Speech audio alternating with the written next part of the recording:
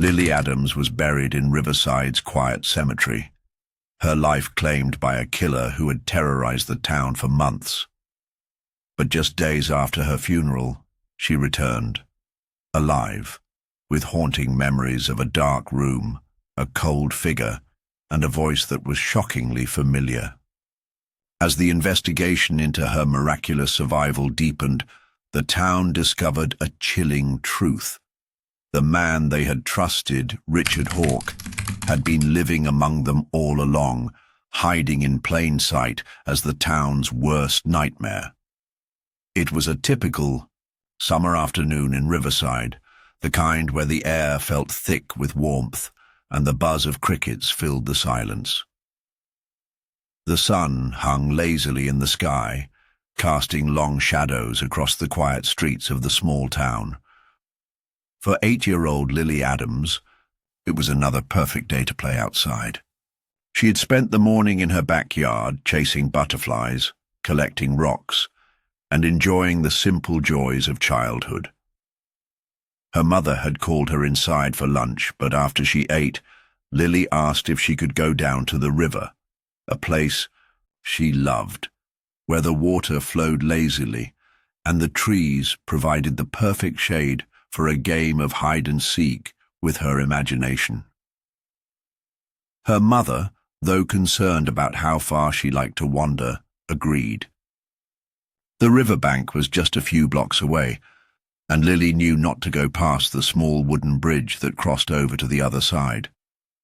It was one of those rare, trusting moments between parent and child, where no one expected anything to go wrong. Lily slipped out the back door and waved her mother off as she disappeared down the street. The town of Riverside had always been quiet, almost too quiet for its own good. People knew each other by name, and everyone looked out for one another. It was the kind of place where doors were left unlocked and the worst thing that might happen was someone getting a speeding ticket. But there had been whispers recently.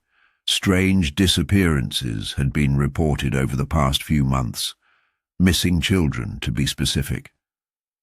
The authorities didn't have much to go on, and the community, normally tight-knit, had started to feel a chill. Some of the missing children were never found, while others were discovered days later, far from home, and with no clear explanation of what had happened. On the day Lily disappeared, she had gone to the river as usual. She loved the cool touch of the water against her hands, the way the reeds would sway in the breeze, and the sound of the gentle current. But by mid-afternoon, Lily hadn't returned home, and her mother began to worry. She called out to her, but there was no answer. After a few minutes of scanning the yard and calling her name, she decided to take a walk to the river. When she arrived, the riverbank was eerily quiet. There were no signs of Lily, no footprints in the sand, no laughing. Echoes in the air. Panic crept up her spine as she walked along the edge, scanning the water for any sign of movement. The place seemed abandoned, as though the entire world had forgotten about it. She called her daughter's name again, her voice trembling with growing fear. But the only response was the soft rustling of leaves in the trees. Moments turned to hours, and the search grew more desperate. Her mother called the police, and the town was soon buzzing with activity. Neighbors joined in, combing through the woods and fields, but the hours passed with no clues. That night, Lily's disappearance became the talk of Riverside. People gathered at the local diner exchanging theories, but no one had any answers. Some said she must have wandered off, others whispered that she might have been abducted, but no one wanted to voice their real fears. Days went by and the search only grew more frantic. The police organized search parties and helicopters flew overhead, but there was nothing. No trace of Lily. Her mother couldn't sleep, couldn't eat. She spent her nights pacing, staring out the window at the stars, willing her daughter to come home. As the town's anxiety turned into outright fear, a chilling realization set in. This wasn't the first time a child had gone missing.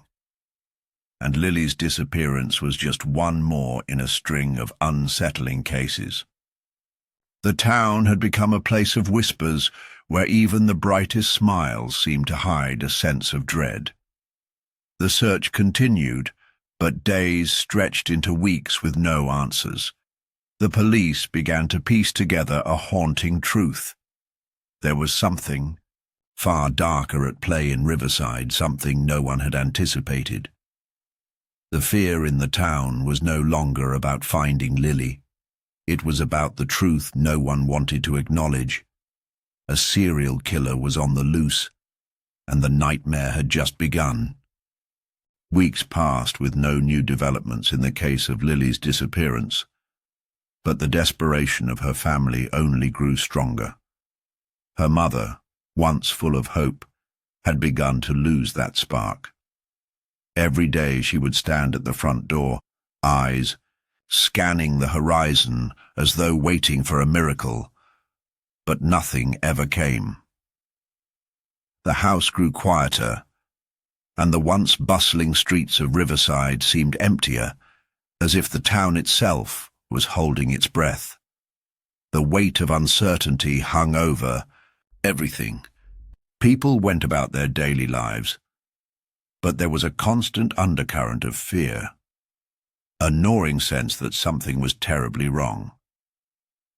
Then, just as the town was beginning to believe they had to accept the worst, a glimmer of hope emerged. It came in the form of a fisherman, a man named Gerald, who had spent most of his life casting lines into the river. He knew every bend, every hidden creek, and every twisted branch that could catch the current. Gerald had been out that morning, as usual, with his boat drifting lazily along the river. The sun was barely peeking over the trees, casting a soft golden hue on the water. As he fished, he noticed something strange, a disturbance in the water, as if something was caught on the rocks below. Curious, Gerald steered his boat closer to investigate. At first, he thought it was a log or a pile of debris caught in the current. But as he neared, his heart stopped. There, tangled in the reeds along the shore, was the body of a small child. He could see the hair first, matted and wet, and then the familiar face, Lily Adams. He didn't need to check for a pulse. He knew instantly that she was gone. His stomach twisted in a knot of horror and disbelief. How could this have happened? How could Lily have ended up here, in the river of all places? Gerald didn't hesitate. He raced to the shore, calling for help. Within minutes, the town was thrown into chaos once more. Police arrived quickly, and the scene was swarmed with the usual group of concerned townsfolk. It didn't take long for the authorities to confirm that the body was indeed Lily's. The community was shaken to its core. Her parents, who had been clinging to the hope that their daughter might return, were now faced with the unbearable truth that Lily was gone. Her body found, but with no answers. As the medical examiner worked to determine the cause of death, a chilling discovery was made. Lily's body showed no visible signs of injury. There were no bruises, no cuts, no signs of a struggle, nothing that would explain her death. The only clue was the state of her clothes, which were damp but not soaked, as though she had been placed gently in the river. It was as if she had been laid there, not tossed in, which struck the investigators as odd. It didn't fit the pattern of a typical drowning. It felt staged, and yet there was no sign of any foul play at first glance. The case was becoming more mysterious by the hour. The investigation, which had already stalled months ago, was now thrust back into the spotlight. But with every new lead, the more questions piled up. Why had Lily been placed in the river? Why hadn't she drowned in the first place, if that was her cause of death? And most unsettling of all, if someone had taken her, why return her body at all? Whoever had been behind these disappearances seemed to be sending a message, but the meaning was still unclear. The entire town of Riverside felt the chill of something much darker than they had imagined. The killer was still out there, watching, waiting, and no one knew who would be next. 2 days after Lily's funeral, an event took place that no one in Riverside could have ever expected. It began as an ordinary morning, the sky still grey from the lingering rain of the night before. Veronica Harper, a longtime family friend of the Adams family, was walking past the cemetery where Lily had been laid to rest. She had just come from the town's small cafe, where the local gossip was still thick with grief and disbelief over the girl's tragic death. As Veronica walked along the quiet path, she couldn't help but feel the weight of the past few days pressing on her shoulders. It was hard to imagine that just a few weeks ago the town had been full of life, and now it seemed overshadowed by fear and sadness.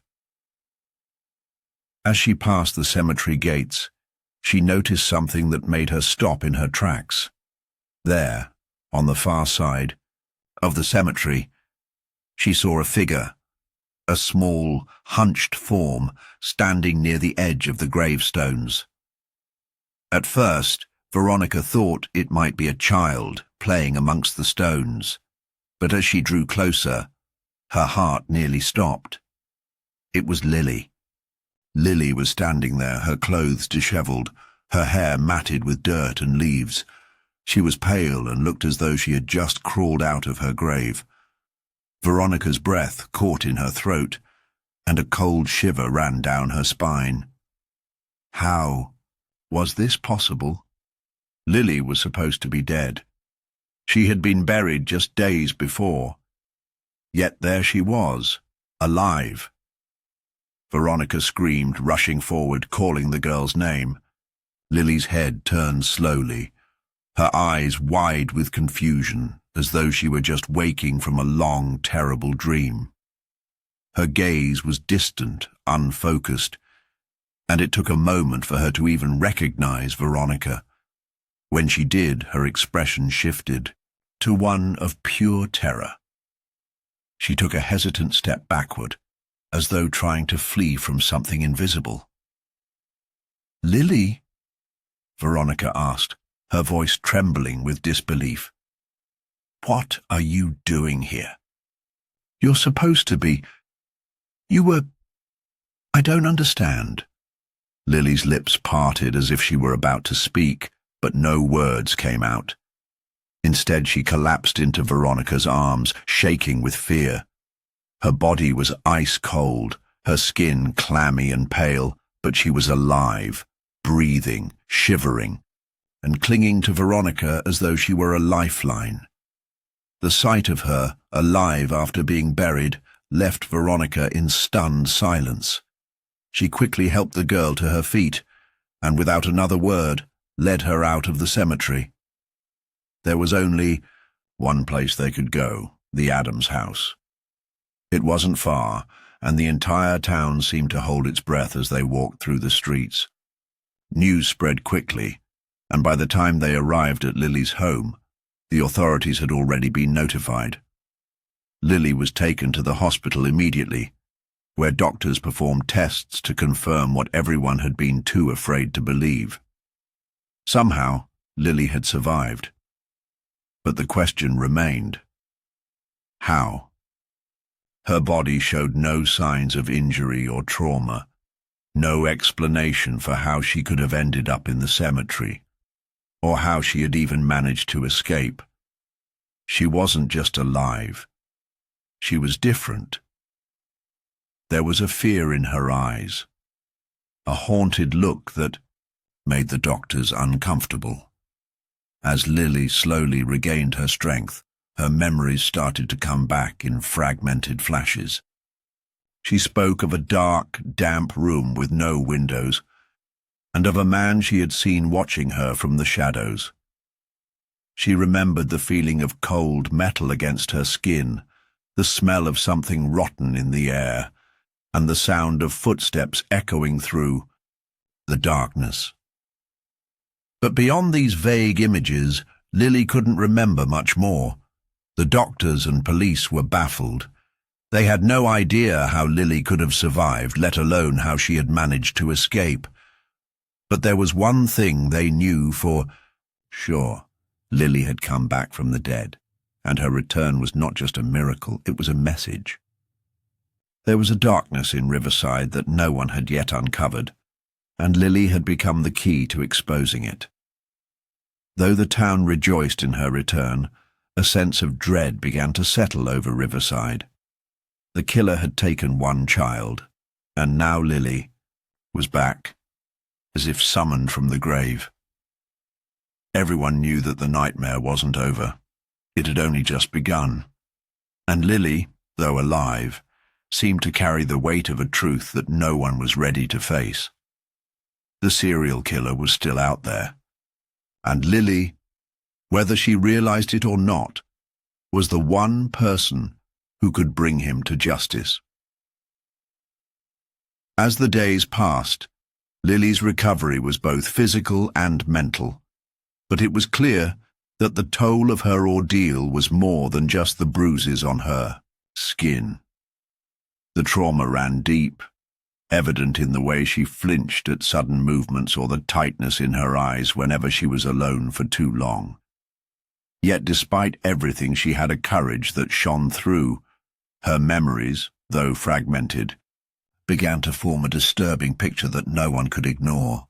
The pieces of her story began to fit together, and with every small detail, it became clearer that she had been held captive by someone familiar, someone who had been living among them. Lily's memories were pieced together in fragments, like a puzzle with many missing pieces, but some things were etched into her mind with painful clarity. She spoke of a dark room, hidden away from the world, with cold walls that seemed to close in around her. She had been trapped there for what felt like an eternity, unable to escape, though she wasn't sure how long it had truly been. Her body had been weak from hunger and fear, but somehow she had survived. She told them about the man who had come to her, never saying much, but always watching her with cold, emotionless eyes. She remembered his smell, something like dust and iron, and how he would occasionally speak to her in a low, muffled voice, telling her things that made no sense. But the one thing that stuck in her mind was his face, or rather, the way it had stayed hidden in the shadows. She knew only that he had been close, always near, but never fully revealing himself. At first, the police had nothing to go on. They scoured the town for any clues, looking for anything that might point to Lily's captor, but everything seemed to lead them back to dead ends. The building near the river, where Lily had described being held, remained untouched, but the place itself gave no indication of what had happened inside. The walls, while old, had no signs of struggle, and there was no physical evidence to tie it to Lily's captivity. Everything was eerily clean, like someone had been careful not to leave a trace. But the more Lily spoke, the more the investigators began to understand. This wasn't a random crime. This was someone who knew the town, who blended in, and who had been hiding in plain sight. One evening, while Lily was resting in her room, her mother received a call that would change everything. The authorities had found something, a collection of photographs in a hidden compartment inside an old, forgotten storage shed just outside the town. At first glance, the photos seemed innocuous. Landscapes, family portraits, and photos of community events. But upon closer inspection, the investigators noticed something disturbing. In several of the photographs, children were featured, some of them familiar faces, others from old missing person cases that had never been solved. One photograph in particular stood out. Lily, smiling as she played near the river, was tucked among these images. But it wasn't just her photo. There were others too, all children who had gone missing over the past year. The shock of the discovery hit the town like a thunderclap. The realization that someone in Riverside had been hiding such a secret for so long was too much to bear. The police expanded their search, focusing on the people who had lived in the town for years, those who had been trusted, respected, and then the breakthrough came in the most unexpected form: a journal. The pages were filled with the rambling thoughts of someone whose mind had clearly been consumed by darkness. The entries detailed the abductions, the careful planning, the joy the killer took in watching the children suffer. But what sent chills down the spines of the investigators was the name that appeared in the journal: Richard Hawke. Richard Hawke was a well-known local businessman, charming, charismatic, and seemingly above reproach. He had built his wealth through a series of investments and had been involved in numerous community projects. His public persona was that of a respected citizen, someone who would never be suspected of committing such horrendous acts. But the more they dug into his past, the more connections to the unsolved disappearances began to surface. It was as though he had been hiding in plain sight, using his position in the town to avoid suspicion. For years, he had been living among them, concealing his monstrous side behind a carefully crafted facade. The pieces finally came together. Lily, in her state of shock, had been the key to unraveling the mystery. Her memories, although blurry and fragmented, were now the cornerstone of the investigation. She had seen the face of the killer, and though she couldn't yet identify him outright, she had unknowingly exposed the truth. The police began to focus their efforts on Richard Hawke, and the more they discovered, the clearer it became that he was the man they had been hunting all along. But as the investigation reached its peak, another chilling thought lingered in the minds of the authorities. Hawke was still out there, and now the final question remained: how would they catch him before he could strike again? The discovery of Richard Hawke's journal marked the turning point in the investigation, but it also brought a new wave of fear and urgency. As the police began to gather evidence against him, the chilling realization set in. They had a killer. In their midst, someone who had managed to evade suspicion for years. Riverside, once a peaceful and quiet town, was now a place of constant anxiety. The knowledge that the killer had been living right under their noses left the townspeople in a state of disbelief, unable to trust anyone. Friends became enemies, neighbors became strangers, and everyone began to question everything they had once known about their community. The police moved quickly, but they were cautious. They couldn't afford to make a mistake. Richard Hawke was well respected in the town, and any misstep could jeopardize the entire investigation. It wasn't just his wealth and social standing that made him a dangerous target. It was the fact that he knew the town too well and had already proven himself capable of manipulating those around him. The police began to conduct surveillance on him, quietly tracking his movements, hoping to catch him in a moment of weakness. But Hawke was always one step ahead. Meanwhile, Lily's condition continued to improve, though the emotional scars ran deep. She spent hours recounting what little she remembered, each fragment of her memory a small puzzle piece that, when combined, revealed a picture too horrific to fully comprehend. She spoke of the cold room where she had been kept, the shadowy figure who would come in and out, never revealing his true face. But there was one detail that haunted her. She remembered the voice. It was deep and smooth, with a tone that seemed to lull her into a false sense of security.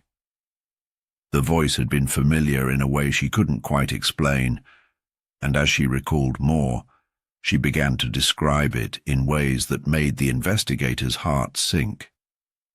She described it as sounding like someone who had spoken to her many times before, someone who had a hold on her. Then came the breakthrough. Late one night, as the police staked out Hawke's home, a strange figure was seen sneaking around his property. It was a woman, someone the officers hadn't seen before, slipping through the back gate and into the house. The team quickly moved into position, hoping to catch whatever was going on. They watched in tense silence, waiting for any sign of movement.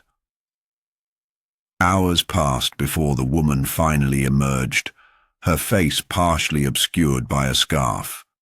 She was carrying something in her arms, something heavy. The officers followed her discreetly, and it wasn't until they reached a nearby wooded area that they realized what she was doing. She was burying something in the ground. They moved quickly, apprehending her before she could leave the scene. When they dug up the area she had just buried, they uncovered a collection of evidence, more photographs, more notes, and, most disturbing of all, the personal belongings of the missing children. The woman, upon being questioned, broke down in tears. She revealed that she had been complicit in Hawke's crimes, having helped him cover up the disappearances over the years. Her name was Alison Price, and she had been an assistant in Hawke's business, working closely with him for nearly a decade. She had never questioned his actions, blinded by her admiration for him, until the day Lily had reappeared. Seeing the girl alive had been the breaking point for Alison. She had realized the true horror of what Hawke had done, and she couldn't stay silent anymore. With Alison's confession, the police had enough evidence to make their move. They raided Hawke's home the next morning, finding the disturbing reality of his hidden life. In his basement, they uncovered a room filled with strange memorabilia, photographs, journal entries, and bizarre trophies from each of his victims.